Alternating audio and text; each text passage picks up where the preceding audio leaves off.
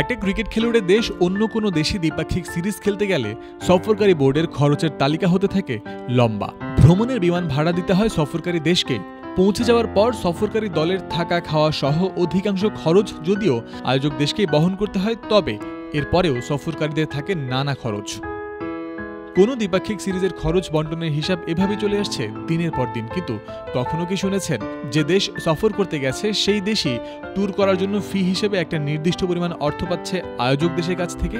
একটা সময় ক্রিকেটে পরিচিত নিয়মের মধ্যেই ছিল এই ট্যুরিং ফির ঘটনা। চলমান শতাব্দীর শুরুর দিকেও কিছু কিছু ক্ষেত্রে দেখা গেছে এমন নিয়ম। সফরকারী দলকে আয়োজক দেশ কি পরিমাণ অর্থ ট্যুরিং ফি হিসেবে দেবে সেটা দুই বোর্ড আগেই আলোচনার মাধ্যমে ঠিক করত, যদিও এই রীতির উপস্থিতি ক্রিকেট থেকে উধাও হয়েছে বহু আগে। তবে নতুন করে সেই ধারার আবার চালু করতে যাচ্ছে ইংল্যান্ড ও ওয়েলস ক্রিকেট বোর্ড ইসিবি। আগামী বছর একটি টেস্ট ম্যাচ খেলার জন্য ইংল্যান্ড সফর করবে জিম্বাবুয়ে।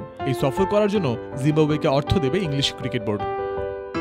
নগদের কাছে সব গ্রাহকই প্রিয়, তাই তো সারা দেশে ক্যাশ আউট চার্জ সবচেয়ে কম। ট্যুরিং ফির এই ধারা ক্রিকেটে আবারও ফিরছে ইংল্যান্ড ক্রিকেট বোর্ডের প্রধান নির্বাহী রিচার্ড গুল্ডের হাত ধরে। আইসিসির পূর্ণ সদস্য দেশগুলোর মধ্যে আয়ের অসমতা কমিয়ে আনতে এই উদ্যোগ নেওয়ার চেষ্টা তিনি চালাচ্ছিলেন বেশ কিছু সময় ধরে।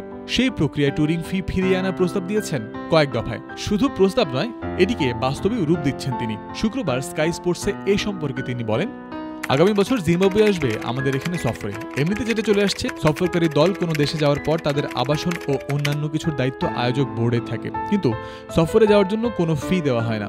আগামী বছর যখন আমরা জিম্বাবুয়ের বিপক্ষে খেলব, সফরে আসার জন্য ওদেরকে ফি দেব।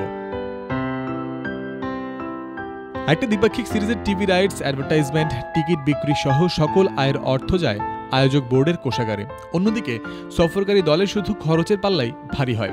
সব মিলে আর্থিকভাবে দুর্বল বোর্ডের জন্য যা চাপের কারণ হয়ে দাঁড়াতে পারে। তাই ট্যুরিং ফির এই ধারা ক্রিকেটে আবারও নিয়মিত হিসেবে প্রতিষ্ঠিত করতে পারলে সফরকারী দলগুলোর জন্য যে কোনো ট্যুর আরও উৎসাহমূলক হয়ে উঠবে, তাতে কোনো সন্দেহ নেই। জয়ন্ত বিন্দু, ক্রিক ফ্রেন্সি।